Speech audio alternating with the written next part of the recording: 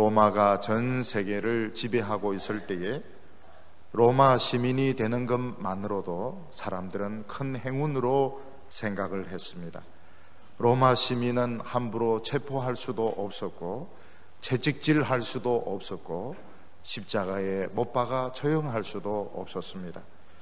성경을 보면 사도 바울도 로마 시민권을 가지고 있었기 때문에 몇 번 위기를 벗어나는 것을 볼 수 있습니다. 20세기에 들어와서 나치 독일이 생기고 또 세계의 반이 공산화되면서 많은 사람들이 자유를 찾아서 미국으로 이민을 갔습니다. 그때 미국으로 이민 간다는 것이 생명을 건지는 것이었고 자유를 얻는 것이었습니다. 하나님께서는 미국에 물질적인 축복까지 주시는 바람에 사람들은 미국으로 이민 가는 것이야말로 이 세상에 최고로 복된 것으로 생각을 하기도 했습니다.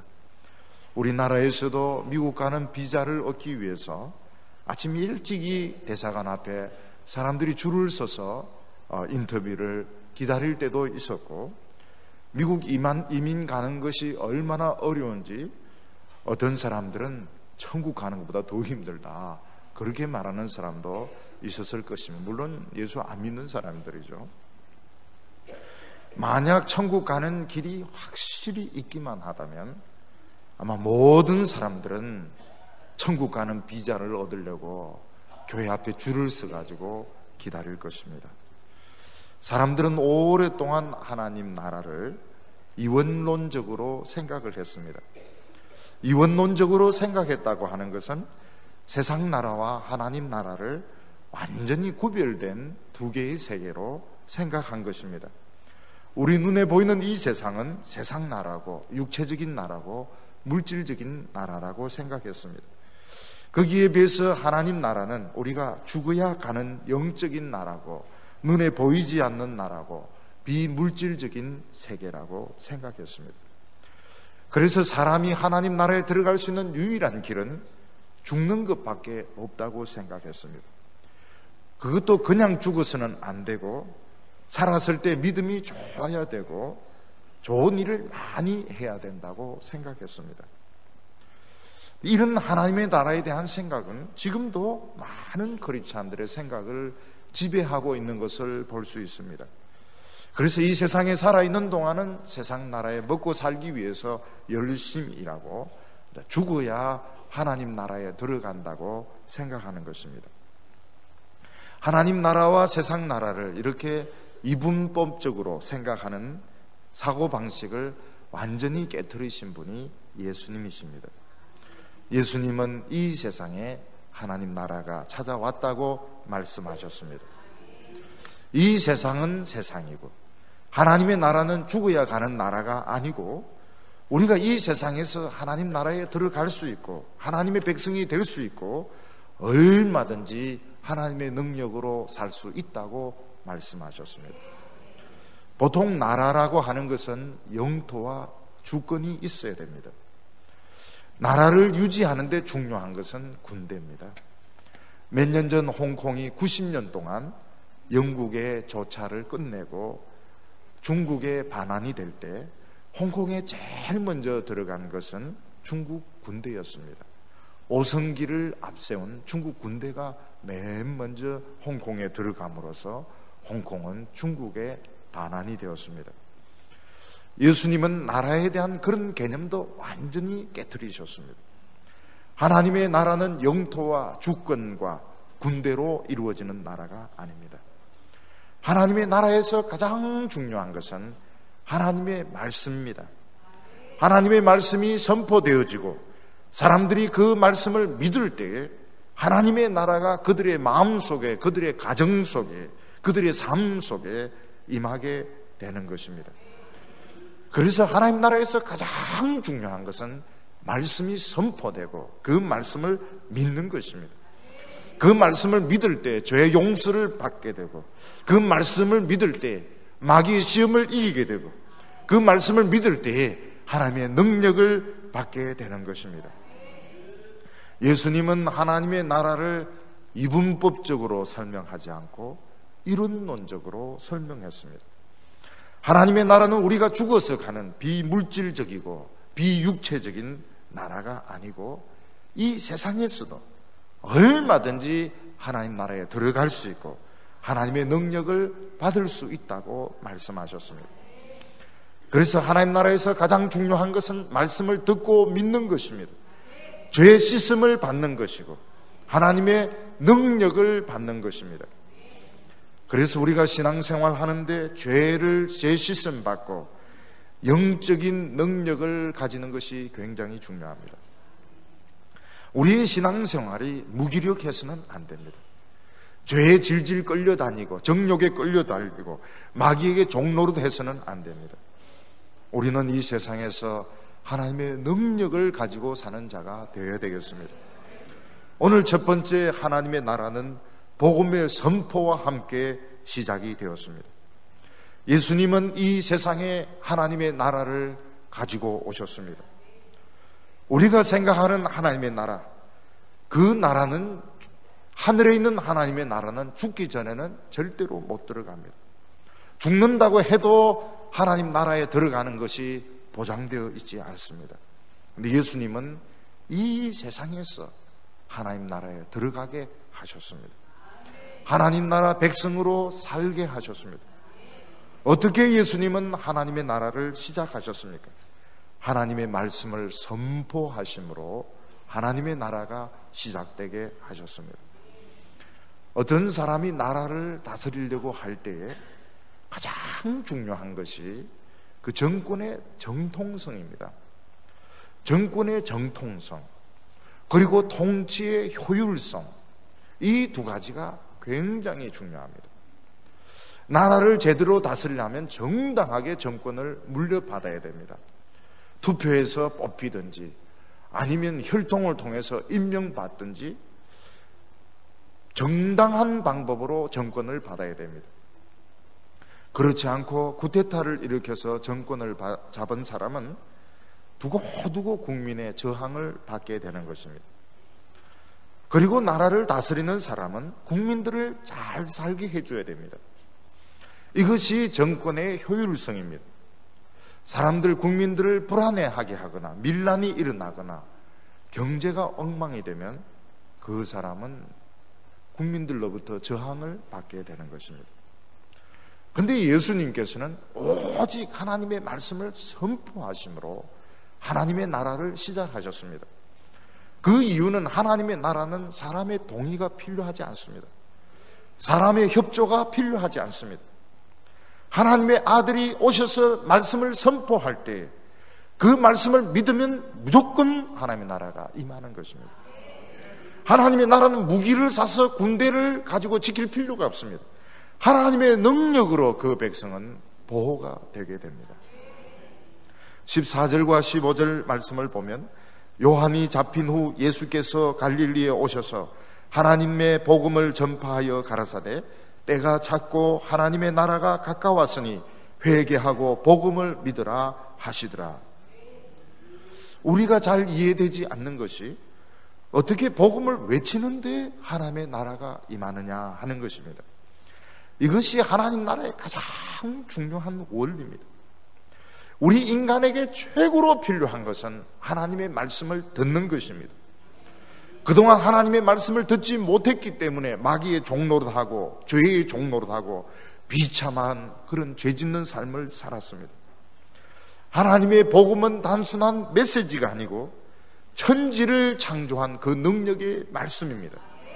아무것도 없는 데서 물을 만드시고 죽은 자를 살려내는 능력의 말씀입니다. 그래서 복음의 선포와 함께 하나님의 나라가 시작되게 되었습니다. 예수님은 짧은 문장에서 4가지 말씀을 하셨습니다.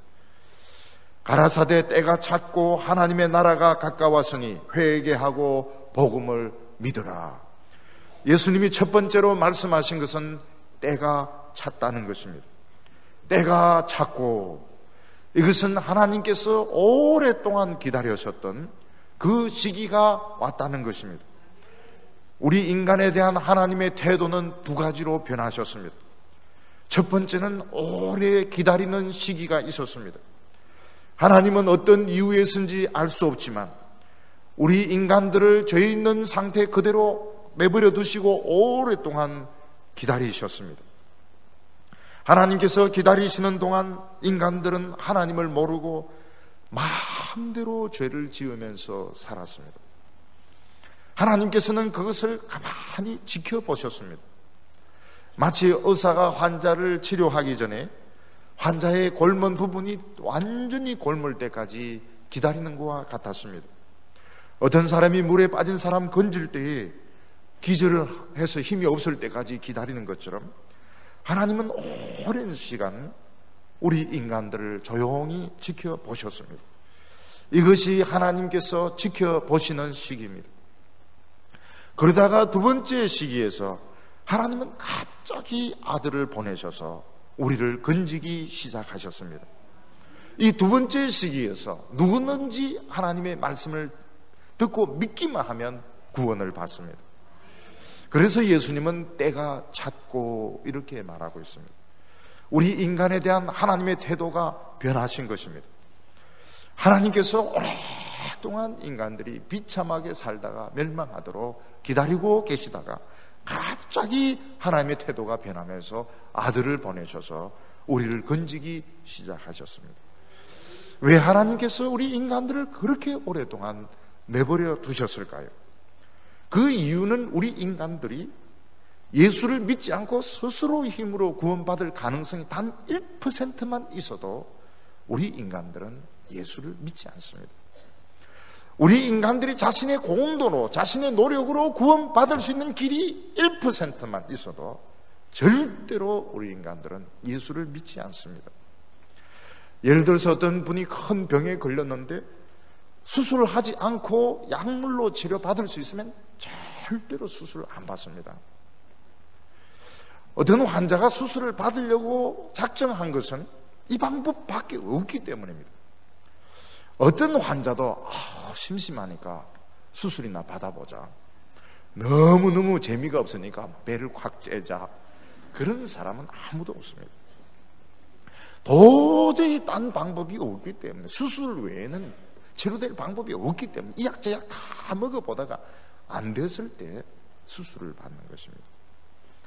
마찬가지로 우리 인간들이 예수를 믿지 않고 스스로의 지식으로, 스스로의 노력으로 구원받을 수 있는 길이 한 가지 종류라도 있다면 절대로 예수 믿지 않습니다. 십자가 붙들고 울지 않습니다. 우리 인간들이 수천 년간 방황하면서 타락하면서 몸부림치던 결과가 무엇인가 하면 우리의 노력으로 구원이 불가능하다. 이게 분명해졌을 때, 인간의 도덕으로, 인간의 철학으로, 인간의 윤리로 구원이 불가능하다는 것이 너무나도 분명해졌을 때 하나님은 독생자를 이 세상에 보내셔서 갑자기 우리를 구원하시기 시작하신 것입니다. 이것은 우리 개인적으로도 마찬가지입니다. 물론 처음부터 예수 믿는 사람도 있지만은 우리가 예수 믿지 않고 축복받고 예수 믿지 않고 천국 갈 수 있는 길이 있다면 아마 모두 그 길을 택할 것입니다. 왜냐하면 예수 믿는 것은 그만큼 부끄러운 것이고, 예수 믿는 것은 그만큼 수동적인 것이고 피동적인 것입니다. 그런데 우리가 예수를 믿을 수밖에 없는 것은 도저히 내 힘으로 구원받을 수 없다는 것이 너무 분명하기 때문에 예수를 믿는 것입니다. 두 번째로 예수님은 하나님의 나라가 가까웠다고 말씀하셨습니다. 이것은 하나님의 나라가 시기적으로 가까웠다는 것이 아닙니다. 이게 세례 요한의 메시지와 틀린 점입니다. 세례 요한의 메시지는 시기적으로 하나님 나라가 아주 가깝게 오고 있다는 것이고, 예수님은 시기적으로 이미 왔고 지리적으로 가까운 곳에 있다는 것입니다. 누구든지 예수님 말씀을 믿기만 하면 지금 당장 하나님 나라에 들어갈 수 있도록 하나님의 나라는 바로 옆에 준비되어 있는 것입니다. 복음의 놀라운 점이 이것입니다. 하나님의 나라는 결코 멀리 있지 않습니다. 하나님의 나라는 이미 왔고 우리 가까이에 있습니다. 누구든지 예수를 믿기만 하면 바로 그 나라에 들어갈 수 있는 것입니다. 사람들은 하나님의 나라가 아주 멀리 있다고 생각했습니다. 죽은 후에야 들어갈 수 있는 나라고, 죽어도 들어갈지 안 들어갈지 모르는 아주 멀고 먼 나라로 생각했습니다. 그래서 어떤 나라는 사람이 죽으면 돈을 줍니다. 왜냐면 워낙 먼데 가니까 노잣돈이 필요하거든요. 그러나 하나님의 나라는 이미 왔습니다. 하나님의 나라는 우리 옆에 있습니다. 누구든지 예수님 말씀을 믿으면 즉시 바로 하나님 백성이 될 수 있습니다. 예수님은 세 번째로 회개하고 이렇게 말씀하셨습니다. 이 회개라고 하는 것은 세상에 대한 태도를 바꾸는 것을 말합니다. 예수 믿는데 회개는 굉장히 중요합니다. 우리는 지금까지 세상의 행복을 위해서 살았습니다. 하나님에 대하여 적대적인 태도를 가지고 살아왔습니다. 우상을 섬기고 죄를 즐기는 것을 당연하게 생각했습니다. 그래서 어렸을 때부터 제사를 가르쳐 줍니다. 어른들은 어렸을 때부터 술 마시는 걸 가르쳐 줍니다. 초등학교 6학년짜리 불러가지고 술 마시는 법을 가르칩니다. 어릴 때 주도를 배워야 이게 행패를 안 부린다고. 술 배우는 걸 당연하게 생각을 합니다. 우리는 세상의 행복과 세상의 성공과 세상의 습관을 다 버려야 됩니다. 우리는 세상에서 끊어지고 세상을 향하여 죽어지고 새로운 하나님의 백성으로 태어나는 것입니다. 세상에 대해서 죽어야 됩니다. 세상이 살아있으면 안 되는 겁니다. 세상에 대해서는 완전히 죽고 새 사람으로 태어나야 됩니다. 사도 바울은 유대인들에게 인정을 받았습니다. 유대 사회의 엘리트였고 최고의 학벌을 가지고 있었으며 기독교인들에 대하여 적대적인 것을 자랑으로 생각했습니다. 예수님을 만난 뒤에 세상 자랑을 다 버렸습니다. 세상의 야망 다 버렸습니다. 오직 하나님의 백성을 위해서, 복음을 위해서 그는 모든 삶을 다 바쳤습니다. 바로 이렇게 하는 것이 회개입니다. 우리가 알아야 될 것은 세상과 하나님을 동시에 사랑할 수 없습니다. 우리는 하나님을 사랑해야 되고 세상 일에 대해서는 성실해야 됩니다. 이게 성공할 수 있는 길이지, 세상도 뜨겁게 사랑하고 하나님도 뜨겁게 사랑하고 하나님을 뜨겁게 사랑할 수가 없습니다. 그 머리에 하나님의 말씀이 들어갈 수가 없습니다. 우리는 세상의 성공에 대한 야망들, 세상에서 인정받고 싶은 생각들, 죄짓던 습관들 다 버리고 하나님의 백성이 되는 것입니다.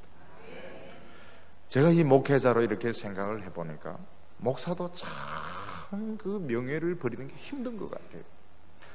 목사가 유명해지고 싶은 생각을 버리고 교인들만 사랑하는 것이 너무너무 어렵다는 걸 알게 되었습니다. 그래서 자꾸 유명해지려고 그러고 자꾸 높아지려고 그러고 그거 포기하는 것이 쉽지가 않은 거예요. 그게 덜 죽은 겁니다. 팍 죽어버려야 되는데 그게 덜 죽은 거예요. 중은 머리 깎아서 세상이 속에 들어와 있습니다. 이게 머리만 깎는다 이게 세상에 없어집니까? 이게. 중이 참 불쌍해요. 머리만 깎고 세상은 가슴에 들어와 있고 이거 얼마나 참 기가 막힙니다. 목탁 탁 두드려도 세상 생각나고 말이죠. 네 번째가 복음을 믿으라 이렇게 말했습니다. 우리는 뭐 믿고 사는 사람, 예수 믿는 사람 자꾸 믿는 사람 막 이러는데 뭐 믿는 사람입니까? 우리도 갑자기 생각이 안 나는 거예요. 우리가 믿긴 믿는데 뭐 믿는 사람인지, 우리 뭐 믿는 사람입니까? 하나님의 말씀을 믿는 사람입니다. 신문 안 믿고 텔레비전 안 믿고 사람들이 하는 말 안 믿고 전문가의 말 안 믿고 예수님의 말씀을 믿고 성경 말씀을 믿는 사람들입니다. 이 세상에 많은 말들이 있습니다. 출세에 대한 말들이 있습니다. 미래에 대한 많은 말들이 있습니다. 우리는 그 어느 말도 들어서는 안 되고 믿어서도 안 됩니다. 오직 예수님의 말씀만 듣고 말씀만 따라가야 됩니다. 우리가 예수님의 말씀을 믿는다는 것은 내 모든 인생을 이 말씀에 다 거는 겁니다. 다 맡겨버리는 것입니다. 우리가 내 모든 삶을 예수님께 맡기는 이유가 어디에 있습니까? 우리 자신은 스스로를 책임질 수가 없습니다. 우리가 예수 믿기 전에 뭐 하는 사람들입니까? 마치 술 취한 운전수와 같습니다. 여기 가서 들이받고 저기 가서 들이받고 그러면서 이제 살아온 겁니다. 우리가 하나님 말씀 듣고 생각하면, 야, 이러다가 내가 대형 사고를 내겠구나. 이러다가는 나도 망하고 다른 사람도 망하겠구나. 그래서 내 모든 삶을 나보다 더 운전 잘하는 분에게 맡긴 것입니다. 예수님에게 맡긴 것입니다. 하나님의 나라는 두 가지는 하나님이 하셨습니다. 하나님의 때가 이른 것도 하나님이 하신 것입니다. 하나님의 나라가 이미 오게 하신 것도 하나님이 하신 것입니다. 말할 수 없는 은혜죠. 우리가 해야 될 것은 회개하고 복음을 믿는 것입니다. 우리는 엄청나게 복된 시대에 살고 있습니다. 그 전 시대는 어땠습니까? 믿고 싶어도 복음을 전해주는 사람이 없었습니다. 하나님께서 그냥 죄 짓는 것을 내버려 두셨습니다. 지금은 구원의 때가 되었고 하나님의 나라가 바로 옆에 대기하고 있습니다. 우리는 이미 하나님 나라에 들어와 있습니다. 거기서 필요한 것이 세상 나라가 틀렸다는 것을 인정해야 됩니다. 세상 나라가 틀렸고 이제는 예수님 말씀만 믿고 살겠습니다. 그때 하나님의 나라가 임하게 됩니다. 그 하나님의 능력이 임하게 됩니다. 그래도 세상에서 출세하고 싶은데 그러면 안 돼요. 세상은 틀렸고 예수님의 말씀만 믿고 살겠습니다. 이게 첫걸음입니다. 첫걸음. 이 첫걸음이 안 돼 있는 거예요. 하나님의 나라의 특징은 말씀의 통치에 있습니다. 말씀의 통치는 스스로 말씀을 듣고 믿고 그대로 순종해서 사는 것입니다. 누가 뭐 이래라 저래라 간섭하고 강요하지 않습니다. 그건 종들이 하는 것이죠. 여러분, 남을 지나치 그렇게 간섭하지 마세요. 그러는 분은 분명히 그 사람 속에도 종의 정신이 들어있는 겁니다. 왜 남을 그런 식으로 간섭하고 남에게 그런 잔소리를 합니까? 왜냐하면 자기가 그런 상태에 있는 거예요. 하나님의 나라는 그렇지 않습니다. 스스로 말씀을 듣고 스스로 깨닫고 스스로 행하는 것입니다. 그게 되겠나? 그게 되잖아요. 그게 되잖아요. 그렇게 할 때 죄가 떨어져 나갑니다. 상상할 수 없는 하나님의 능력이 임하고 축복이 임합니다. 지금 경제적으로 어려운 것은 두 가지로 해석해야 됩니다. 하나는 무엇입니까? 하나님의 축복이 지금 고갈되어 있다는 겁니다. 세상은 물질적인 풍요만으로 절대로 행복할 수가 없습니다. 하나님의 축복이 있어야 행복할 수 있습니다. 인간들이 하나님을 무시하고 열심히 물질을 추구한 결과가 무엇입니까? 하나님의 축복에 고갈이 온 겁니다. 그리고 하나님께서는 이런 경제적인 어려움을 통해서 마지막 심판에 대해서 경고하고 있습니다. 만약 이 세상이 너무 행복하고 풍족하다면 절대로 지옥을 믿지 않을 것입니다. 사람들이 하나님의 심판에 대하여 준비하지 않을 것입니다. 그래서 하나님은 이 세상에 여러 가지 어려움들을 주셔서 마지막 있을 심판에 대해서 생각하게 하시는 것입니다. 하나님의 백성들은 이게 필요가 없습니다. 우리에게는 하나님의 축복이 부어지고 있습니다. 우리에게는 최후 심판이 없습니다. 우리는 이 하나님의 축복으로 다른 사람들을 복되게 할 사명이 있습니다. 그래서 미래에 대해서 두려워하지 마시기 바랍니다. 여기서 하나님의 백성과 백성 아닌 사람이 차이가 납니다. 세상 사람들은 굉장히 불안해합니다. 굉장히 두려워하고 있습니다. 우리가 그들을 안심시킬 필요가 있습니다. 말씀만 믿어라. 회개하고 복음을 믿어라. 그러면 너희들도 축복의 백성이 된다고. 오늘 두 번째로 예수님은 제자들을 택하셨습니다. 예수님은 복음을 전하면서 제자들을 택하셔서 훈련을 시키셨습니다. 16절부터 보면 갈릴리 해변으로 지나가시다가 시몬과 그 형제 안드레가 바다에 검을 던지는 것을 보시니 저희는 어부라. 예수께서 가라사대 나를 따라오너라. 내가 너희로 사람을 낚는 어부가 되게 하리라 하시니 곧 그물을 버려두고 쫓으니라. 누구든지 제자를 뽑으려면 똑똑한 사람, 머리 좋은 사람을 뽑아야 이 제자들이 훌륭한 사람들이 될 수 있습니다. 근데 예수님께서는 예루살렘에 있는 그 똑똑한 사람들, 그 유명한 학교 출신들을 한 명도 택하지 아니하셨습니다. 그 대신에 갈릴리에서 고기 잡는 이 무식한 어부들을 제자로 택하셨습니다. 그 이유가 어디 있습니까? 하나님의 나라가 되는데, 백성이 되는 데 있어서 세상적인 이런 지식이나 엘리트가 필요한 것이 아닙니다. 이 갈릴리에 있는 어부들은 예수님의 말씀을 믿는 사람들입니다. 성경을 믿는 사람들입니다. 예수님께서는 그 사람들을 제자로 삼으셨습니다. 하나님께서 하나님의 아들이 사람을 제자로 택하셨다고 하는 것은 하나님 나라에 우리들을 포함시켜서 하나님 나라의 일을 하겠다는 것입니다. 예수님 왜 이렇게 하셨을까요? 하나님의 나라 일은 굉장히 중요한 것이고, 이렇게 중요한 일이라면 천사들을 불러서 일을 시켜야 될 것입니다. 그런데 예수님께서는 갈릴리에서 무식한 어부들을 부르셔서 하나님의 일을 맡기셨습니다. 그 이유가 무엇일까요? 두 가지로 볼 수 있습니다. 하나는 예수님은 하나님의 말씀에 대한 무한한 자신감을 가지고 있었습니다. 하나님의 말씀이 얼마나 능력이 있는지, 누가 사용해도 하나님의 말씀은 능력을 나타냅니다. 오히려 똑똑한 사람들이 이걸 자꾸 왜곡시키고 변질시키고 자기 생각을 막 집어넣어서 하나님의 말씀을 죽입니다. 근데 하나님 말씀을 있는 그대로 받아들이는 사람은 능력이 그대로 나타나거든요. 이 외국 목사님 중에서 이제 설교하면서 제일 두려워하는 사람이 누군가 하면 통역하는 사람, 자기보다 말을 더 많이 하는 사람입니다. 자기는 한마디 했는데 통역이 막 10마디를 하는 거예요. 그러면 이 사람이 의심을 합니다. 이 통역이 도대체 이게 무슨 소리를 하냐, 이 지사상을 막 이야기하는 거거든요. 예수님께서는 예루살렘에 있는 그 지식인들 성경을 그대로 이야기를 안 합니다. 성경을 자기 생각으로 막 갖다 붙이고 왜곡시켜서 이야기하니까 예수님은 그런 사람 부르지 아니하시고 그냥 성경을 있는 그대로 믿는 사람, 단순하게 성경 말씀을 그대로 믿는 사람을 제자로 택하셨습니다. 왜냐하면 능력이 그대로 나타나거든요. 그리고 예수님은 우리 죄인들을 무한히 신뢰하셨습니다.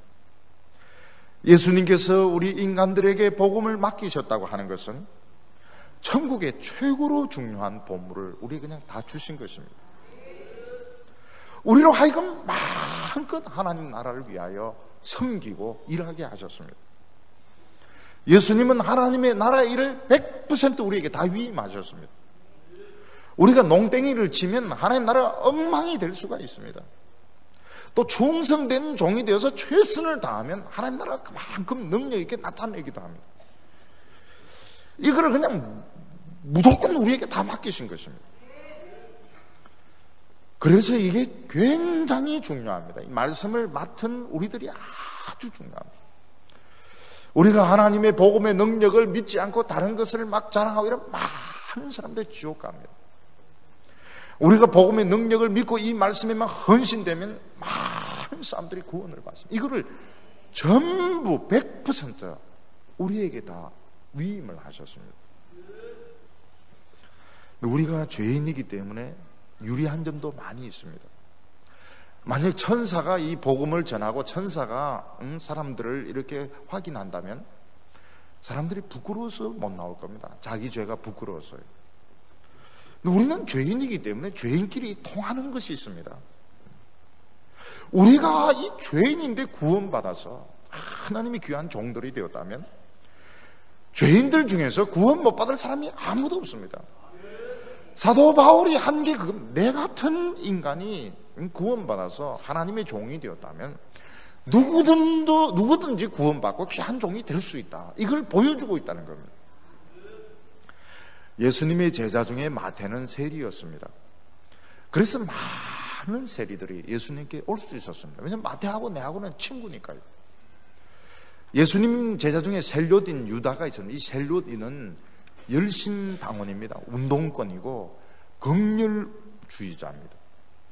그런 운동권이 예수님의 제자가 되니까 또 운동권이 또 많이 예수를 믿을 수 있는 것입니다. 세상 사람들이 놀라는 것이 뭡니까?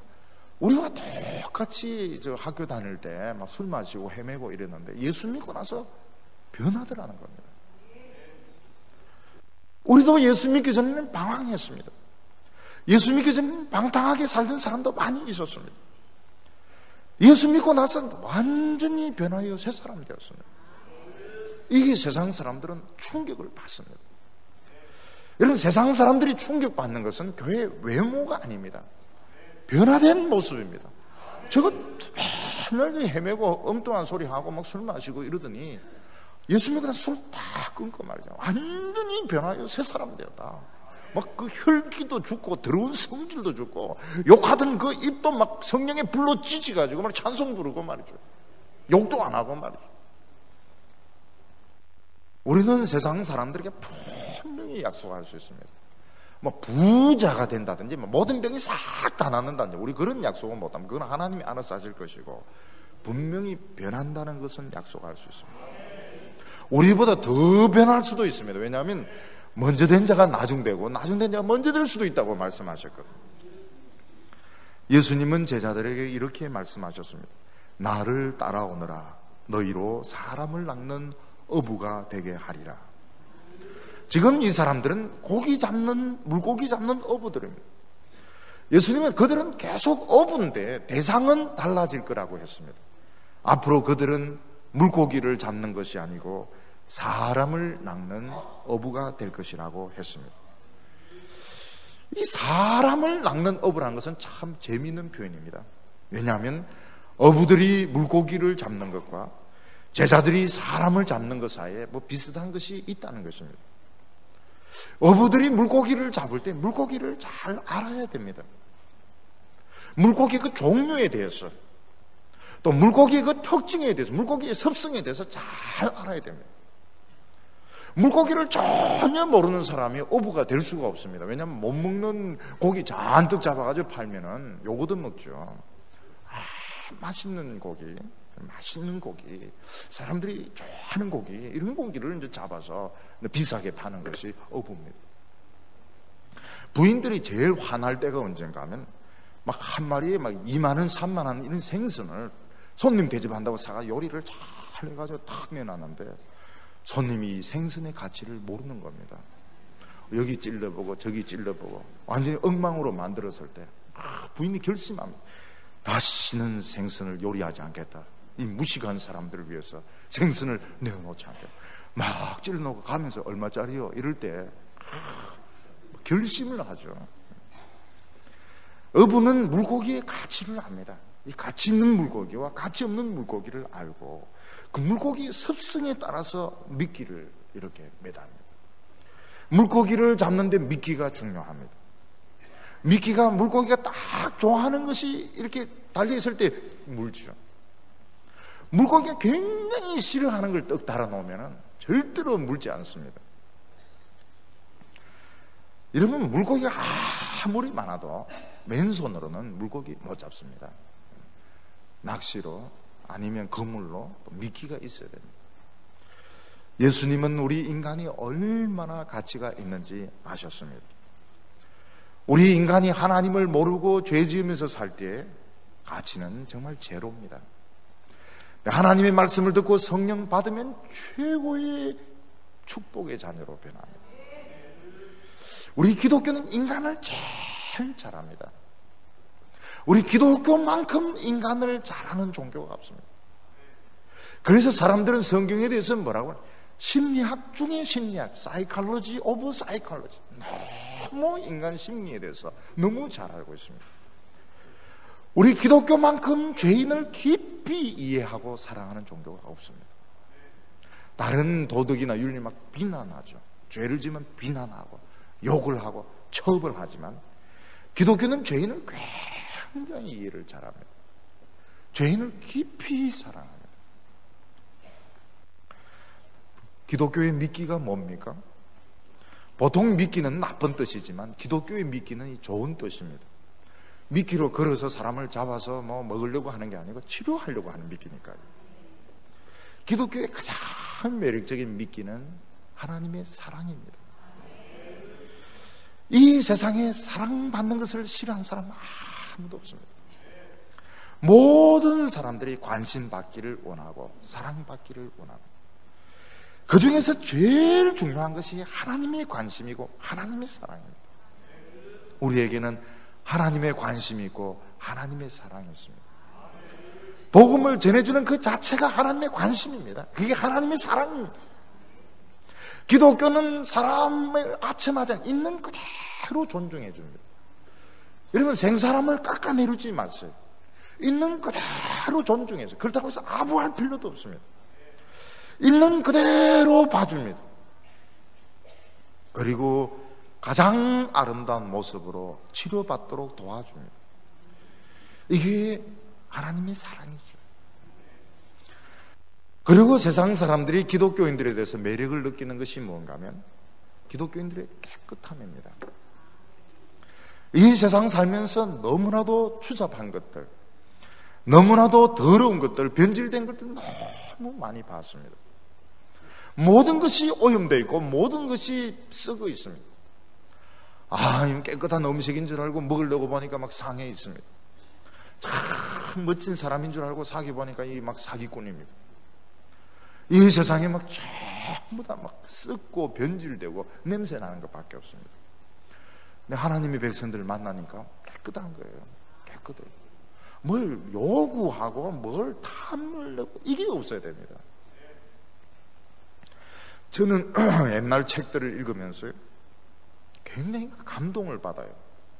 그 옛날 책들, 그 옛날에 동화 비슷한 이런 책들 같은 걸 보면서, 오래된 책들, 100년 전에 나왔던 책들 보면 굉장히 감동이 되고 눈물이 납니다. 제가 한번 생각을 해봤어요. 왜 이런 책들이 이렇게 감동을 일으키고 이런 책들이 영화로도 계속 만들어지는가? 깨끗해요. 거기 주인공들이 하는 생각들이 오염되어 있지 않고 깨끗한 겁니다. 이게 이제 모든 사람들에게 공감을 불러일으키고 감동을 주니까요. 이게 이제 사람들이 아무리 읽어도 실증이 나지 않는 겁니다. 우리도 원래는 깨끗지가 않았습니다. 우리도 썩은 냄새 펄펄 났습니다. 예수님의 보혈을 믿고 성령 받았을 때 깨끗하게 변했습니다. 이것이 사람들에게 굉장히 매력적으로 보이는 겁니다. 여러분, 교회가 이 썩은 냄새가 나면 안 돼요. 썩은 냄새를 풍기는 비릿한 냄새를 내면 이거는 교회 가고 싶지가 않아요. 교회 오면 깨끗해야 되고 막 골치 아픈 거 생각할 필요가 없어야 되고, 사람을 그냥 있는 그대로 봐야 되고요, 있는 그대로 믿어주어도 되고요. 이게 매력이죠. 그러면서 기독교인들이 능력이 있는 겁니다. 무슨 능력이 있습니까? 죄를 넘기는 능력이 있는 겁니다. 세상 사람들은 죄가 유혹하면 어떻게 됩니까? 안 되는데 하면서 넘어갑니다. 예수 믿으면 안 되는 게 어디 있어요? 예수 믿는 사람들은 죄를 보면 그냥 박살을 내버립니다. 할머니들은 막 죄를 보면 막 용서를 안 하죠. 이 세상 사람들은 안 되는데 하면서 딱 넘어갑니다. 안 되는 게 어디 있어요? 딱 잘라버리죠. 불신을 이깁니다.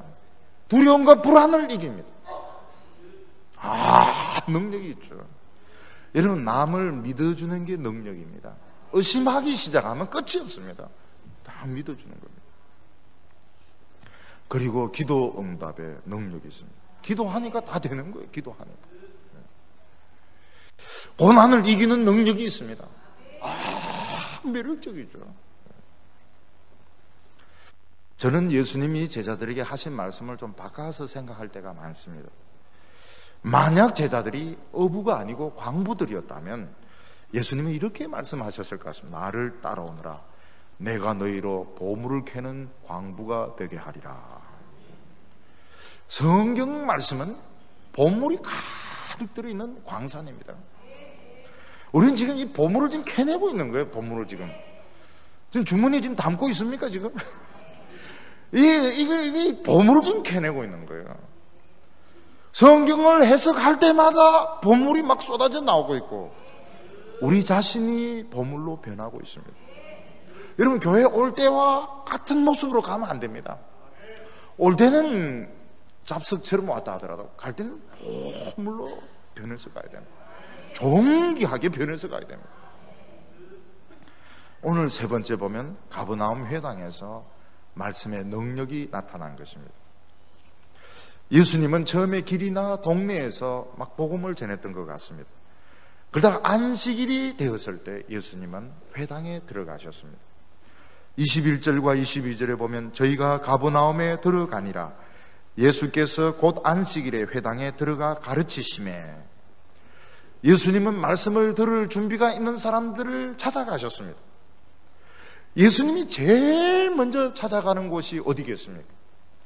예수님이 제일 먼저 찾아가시는 곳은 말씀을 들을 준비가 되어 있는 사람들, 말씀을 듣기 원하는 사람들, 은혜를 사모한 사람들 제일 먼저 찾아갑니다. 대통령이 어느 곳을 방문한다면 어디를 제일 먼저 가겠습니까? 무슨 개발한다든지 무슨 산업단체라든지 이런 데를 먼저 찾아갈 것입니다. 예수님은 그런 데 찾아가지 않습니다.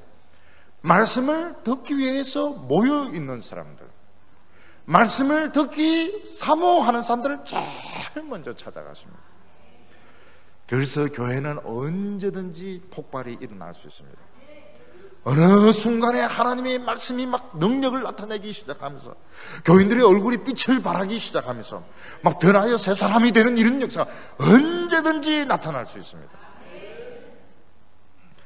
여기 보면 예수님의 말씀을 듣고 사람들은 권세를 느꼈다고 말하고 있습니다. 무사람이 그의 교훈에 놀라니 이는 그 가르치는 것이 권세 있는 자와 같고 서기관과 바리새인들과 같지 아니함이로라. 사람들이 예수님의 말씀을 들으면서 무엇을 느꼈는가 하면 권세를 느꼈다는 것입니다. 영적 파워가 오는 것을 느꼈다는 것입니다. 영적 파워, 뭔가 강한 힘이 임하는 것을 느꼈다는 겁니다. 예수님에게 뭔가 강한 힘이 있고 그 힘이 듣는 사람들에게 전달되는 것을 느꼈다는 것입니다. 그게 어떤 겁니까? 권세 있는 자와 같다. 예수님은 권세가, 사람 눈으로 보면 권세가 있는 분이 아닙니다. 예수님은 그냥 목수입니다. 근데 예수님이 말씀하신 데 강한 능력의 임재를 체험했고 그 능력이 각 사람의 마음속에 파도처럼 밀물처럼 막 밀려오는 것을 느꼈고 감당할 수 없는 그런 감동을 받았다는 겁니다.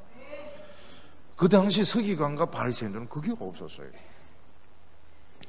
이거는 예수님이 말씀을 전할 때 강한 성령의 역사가 있었던 것입니다. 사람이 무슨 말을 할 때 언어를 통하여 귀로 전달되게 됩니다. 귀로 정보가 전달되는 것입니다. 근데 하나님의 말씀은 두 가지 루트를 통해서 전달되게 됩니다. 그게 무엇인가 하면 언어를 통해서 귀로 전달되는 것이 있고 영적으로 비언어적으로 가슴에 전달되는 것이 있습니다. 이거와 비슷한 것이 또 있습니다. 욕이 있습니다. 화를 내면서 욕을 하면 이 욕이 귀로도 들어가 머리도 굉장히 기분 나빠지만 가슴도 굉장히 기분 나빠지고요. 그리고 이 찬양을 부를 때는 이 찬양도 이 가슴으로 전달되는 것이 있습니다. 귀로 전달되는 것도 있지만 가슴으로 전달되는 게 많습니다. 어떤 데는 가사는 못 알아듣는데 굉장히 찬양이 좋을 때가 있습니다. 근데 하나님의 말씀을 전할 때는 언어로만 전달이 되는데 두 가지 루트를 통해서 전달되게 됩니다. 하나는 귀로 이렇게 이해가 되는 것이 있고 다른 하나는 가슴으로 성령의 능력으로 전달되는 것이 있습니다. 그런데 이 은혜 받는 것은 뭐로 은혜 받는가 하면 비언어적인 가슴으로 전달되는 것을 통해서 은혜를 받습니다. 그래서 어떤 데 보면 이 교인들이 잘 못 알아듣는 것 같은데 굉장히 은혜 받을 때가 있습니다. 어떤 때는 교인들이 설교 전체는 못 알아들어도 너무 은혜 받아서 막 울면서 기도할 때가 있습니다. 그거는 왜 그런가 하면 비언어적으로 가슴으로 전달되어서 그런 것입니다. 하나님의 말씀은 이 머리로 이해해가지고는 능력이 안 나타납니다. 이게 이제 가슴으로 내려와야 됩니다. 가슴으로 내려와서 이게 이제 부르짖으면서 터질 때 하나님을 향하여 기도로 터질 때 이 역사가 나타나는 겁니다. 그래서 칼빈이 뭐라고 말했는가 하면 하나님 말씀은 이해로는 안 된다. 확신이 돼야 된다. 확신이 뭔가 하면 성령의 능력이 있는 말씀인 것입니다. 이게 하나님의 말씀이 가지는 신비입니다. 근데 언제 어떻게 하면 이 파워가 나타나는가? 이게 소리 지른다 해서 되는 게 아닙니다.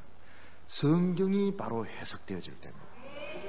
성경이 바로 해석되어질 때 파워가 전달됩니다. 아주 옛날이죠.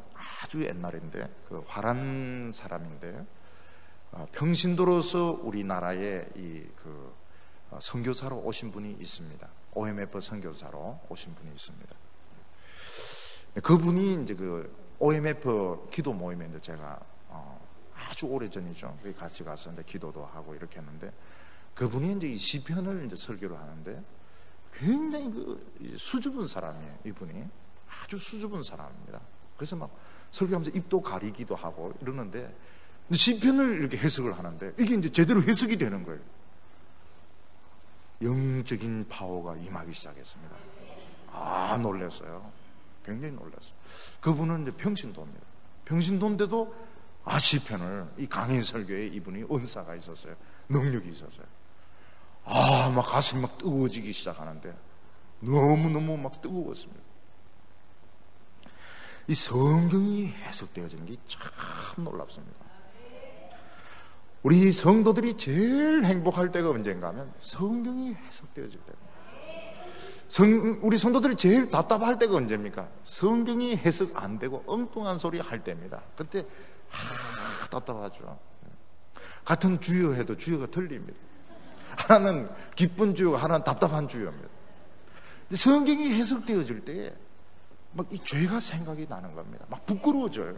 막 감정이 살아나기 시작합니다. 부끄러운 수치의 감정을 느끼기 시작하는 거예요.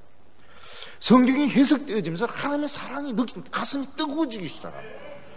그리고 막 기도하고 싶은 마음이 막 생기면서 불안이 없어지고 두려움이 없어지고 하나님이 내 옆에 바로 계신 것을 느낄 수가 있습니다. 이게 권세가 있는 것입니다. 역사적으로 보면 이 청교도들이 성령에 굉장히 민감한 사람들이었습니다. 왜냐하면 이 엘리자베스 1세가 이 청교도들을 복음적으로 받아들일 듯 하면서 정치적인 이유로 안 받아들였습니다. 그리고 나중에 이제 찰스 1세가 저기하면서 막 핍박하기 시작했습니다.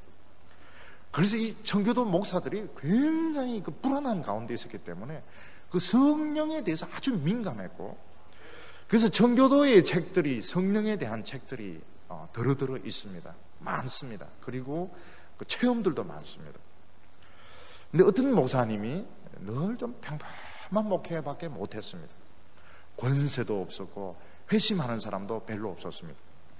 근데 어느 날 갑자기 성령의 능력이 임한 걸 이분이 느낀 겁니다. 그래서 그날 그 주일부터 막 설교를 하기 시작하는데 막 그 역사가 나타났습니다. 자기도 막 힘있게 설교하고 막 교인들도 감동을 받고 나중에 어느 정도까지 갔는가 하면 한 주일에 400명의 교인이 늘 정도까지 막 그렇게 교회가 부흥되었습니다. 근데 어느 날 자고 일어나서 성령이 떠나버렸어요. 그래서 이분은 그 뒤 계속 별 볼 일 없는 목회를 했습니다. 그래서 청교도들은 이런 예화들이 많아요. 갑자기 성령이 임해서 양 같은 사람 막 사자같이 변하고 사자가 어느 날 양으로 돌아와 버려요. 왜 이 성령이 막 깔팡질팡할까? 말씀을 잡아야 돼요. 말씀 잡으면 지속적입니다. 아침 이슬같이 지속적으로 성령 역사하십니다. 그래서 하나님의 백성들에게 있어서는 귀로 들리지 않는 언어로 전달 이상되는 그게 중요합니다. 그래서 이 설교 듣기 전에 꼭 기도를 하는 이유가 거기에 있습니다. 기도하는 이유가 우리는 마음이 완악해서 말씀을 받아들일 수가 없거든요.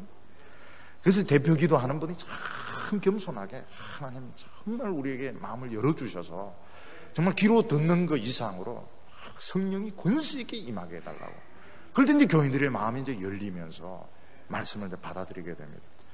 근데 눈치 없는 대표 기도자는 막 그 기도를 굉장히 어렵게 막 지식적으로 막 하면 그 교인 마음이 딱 닫혀버려요. 너무너무 이 대표 기도를 이상하게 하는 겁니다. 막 무슨 지식적인 이야기, 통계 막 이야기하고 이러면 막 답답하죠.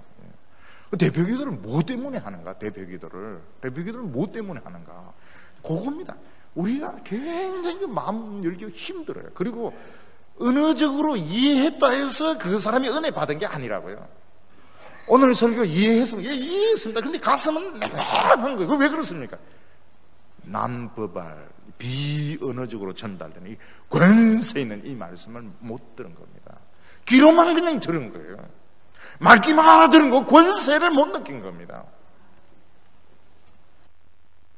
어떤 때 사람들은 이제 설교자의 그 왜소함이나 또 설교자의 그런 뭐 외모만 보고 막 빈정거리고 조롱하고 그 설교 들 때 막 팔짱 끼고 다리 꼬고 앉고 근데 그러면서 막 한번 해봐라 이런 식으로 이제 설교를 듣기 시작합니다.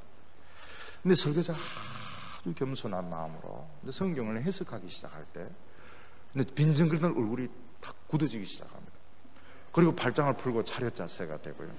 다리 꼬고 있던 걸 풀어가지고 차렷 자세가 되고요. 만주가 이제 울기 시작합니다. 이게 왜 그렇습니까? 이게 이제 비언어적으로 성령이 말씀하신 겁니다. 이게 하나님 나라의 영광입니다. 이 세상 어떤 것으로도 팔짱 끼고 다리 꼬고 비꼬는 사람을 차렷 자세로 만들어서 울게 만들 수 있는 게 없습니다. 그거는 권세 있는 말씀이죠. 그래서 이 설교라고 하는 것은 꼭 기도가 병행이 돼야 됩니다. 지식적으로 절대로 은혜 받지 못합니다. 머리로 믿는 게 가슴으로 내려와야 되고 내려오는 것은 이 성령이 하시는 겁니다. 내려와가지고 부르짖어야 됩니다. 부르짖으면서 기도해야 돼요. 예수님이 처음 회당에 서서 이제 설교하셨을 때 사람들은 이제 무시하는 마음으로 바라본 겁니다. 아니 저 목수가 오늘 무슨 소리를 하려고 하나? 막 집에 가서 대패질이나 제대로 하지. 다리 꼬고 앉고 말 팔짱 끼고 앉아서 막 이야기 한번 해보려면 한번 해보라고. 근데 예수님이 이제 말씀을 하시면서 사람들이 빠져들기 시작하는 겁니다. 예수님의 말씀이 그들을 빨아들이고 있었고 녹이고 있었고 분해하고 있었습니다. 그들을 치료하고 있었던 것입니다. 그들이 다 울었을 겁니다. 다 울었을 거예요. 그 권세 앞에 전부 다 울었을 겁니다. 어떤 사람은 설교 전에 너무 하나님이 자기를 분해하니까 이젠 그만하면서 막 나가는 사람이 있어요.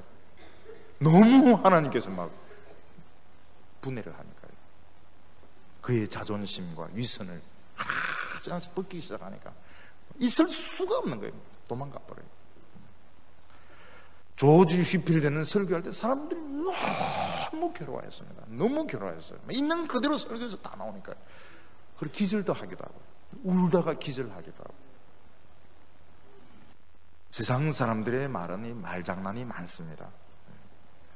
말장난이 참 많습니다. 또 자기에게 도움되는 말은 이제 귀담아 듣습니다. 건강에 대한 거, 재테크에 대한 거. 하나님의 말씀은 깊은 고민들, 우리 안에 몇 겹으로 쌓아놓은 그 불안들, 이걸 끄집어내는 겁니다. 이걸 분해하고 이것을 치료하고 이것을 싸매어 줄 때 사람들이 충격을 받습니다. 무슨 말씀이 이런 말씀이 다 있을까? 말씀을 듣고 믿으면 능력이 임합니다. 여러분 말씀을 듣고 참으면 안 됩니다. 많은 분이 말씀을 듣고 그냥 참고 입 막고 막 갑니다. 참으면 안 돼. 이걸 하나님 앞에 터뜨려야 됩니다. 부르짖으면서 기도할 때, 눈물로 기도할 때 역사가 나타납니다. 이까지 가야 돼요. 놀라운 것은 이 회당에 귀신 들린 사람이 있었는데 이 사람이 이제 예수님을 알아보고 막 소리를 지른 겁니다. 23절에 마침 저희 회당에 들어온 귀신 들린 사람이 있어 소리질러 가로되 나사렛 예수여 우리가 당신과 무슨 상관이 있나이까? 나는 당신이 누구인 줄 아노니 하나님의 거룩한 자니이다. 예수께서 꾸짖어 가라사대 잠잠하고 그 사람에게서 나오라 하시니 더러운 귀신이 그 사람으로 경련을 일으키게 하고 큰 소리를 지르며 나오는지라. 이 이해가 안 되는 것이 왜 귀신 들린 사람이 회당에 있을까요? 귀신 들린 사람이 무당집에 있든지 뭐 절에 있든지 해야지 왜 회당에 있습니까? 이 사람 비록 귀신이 들렸지만 가족이 하나님을 믿는 겁니다. 또 이 사람 마음속에 하나님을 믿고 싶은 마음이 있습니다. 정신이 오락가락하고 발작하고 막 소리 지르고 이러지만은 이 사람 마음속에 하나님을 믿고 싶은 마음이 있는, 그러니까 회당에 있는 거예요. 회당에서 있지만 안 낫는 거예요. 아무리 회당에 오래 다녀도 안 낫는 겁니다. 근데 이 사람이 예수님을 딱 알아본 겁니다. 귀신 들렸다 하는 것은 미친 것입니다. 미친 것이기 때문에 다른 사람을 알아보지 못합니다. 그리고 자기가 하는 행동에 대해서 인식이 없습니다. 그래서 많은 경우에 이제 귀신 들리다, 옛날에 보면 시골에 보면 진짜 귀신 들린 사람이 있어요. 진짜 더러운 귀신 들린 사람이 있습니다. 근데 대개는 보면요, 자기가 무슨 행동을 한다는 걸 알고 있습니다. 그러면은 우울증에 가까워요. 귀신 들린 것이 아니고요. 그리고 가끔 이 청년들이 이제 수련회가, 우리 교회는 좀 그런 것이 없습니다. 너무 은혜스러워요. 우리 교회 이 청년들 수련회 하는 거 가보면요, 진짜 하나님 나라 같습니다. 근데 큰 교회도 이렇게 가보면요, 막 발작한 애들이 있어요. 평소에는 안 그렇다가 수련회 가서 막 스트레스를 받으니까요, 막 발작을 해요. 그런 경우에도 귀신 들림하고 비슷하지만 막 귀신 들린 건 아니고 어떤 쇼크 상태에 있는 경우가 많습니다. 그래서 조금 목사의 경험이 필요합니다. 근데 여기 귀신 들려서 미친 사람입니다. 이 사람이 예수님을 알아본 것이 아니고 그 속에 들어있는 영이 예수님을 알아본 겁니다. 그 알아본 것이 그냥 알아본 것이 아니고 숨어 있다가 정체가 드러나니까 벌벌 떠는 것이죠. 나는 당신이 누구인 줄 아는데 하나님의 거룩한 자입니다. 이렇게 말했습니다. 마귀는 거짓말쟁이입니다. 절대로 자신의 정체를 드러내지 않습니다. 그래서 귀신 들린 사람 말, 무당들 말, 절대로 도사들 말 믿어서는 안 됩니다. 전부 거짓말입니다. 그리고 말하는 것 자체를 용납해서는 안 됩니다. 뭐 귀신 들린 사람들로부터 뭐 정보를, 무슨 정보를 얻습니까? 귀신으로부터, 귀신 같은 사람들로부터 무슨 정보를 얻습니까?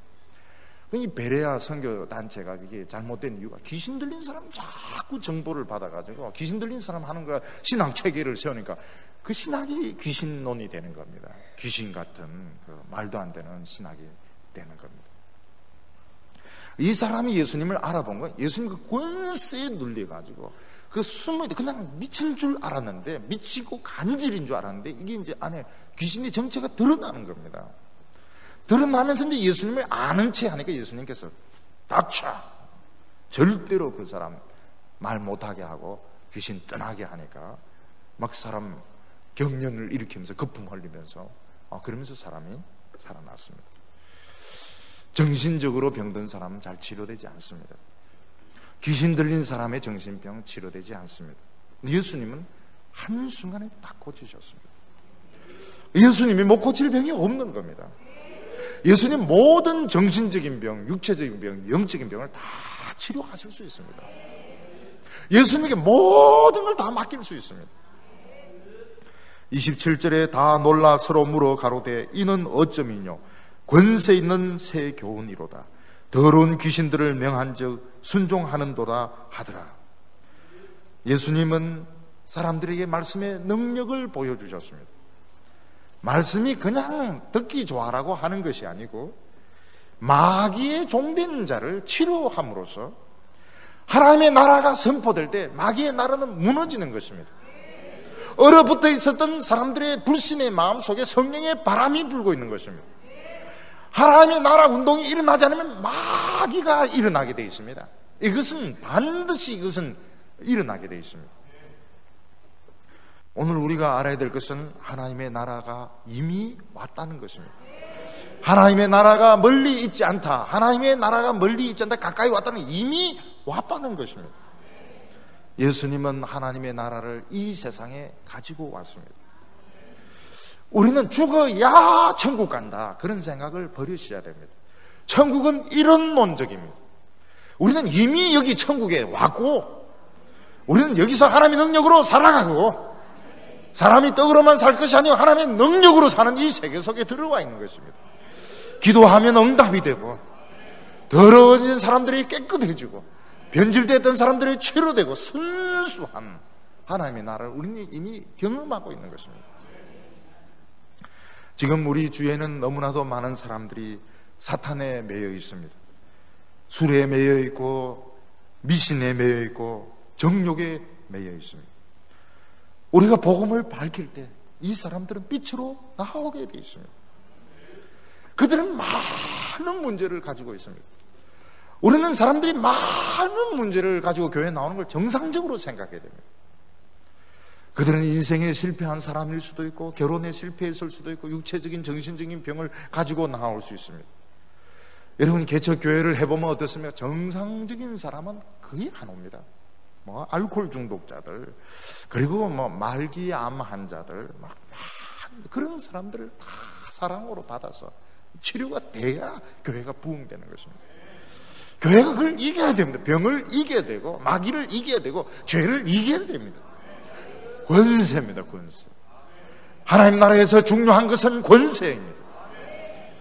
우리가 하나님의 말씀에 능력을 붙든 이상 절대로 망하지 않습니다. 우리 이걸 이미 경험한 겁니다. 절대로 망하지 않습니다.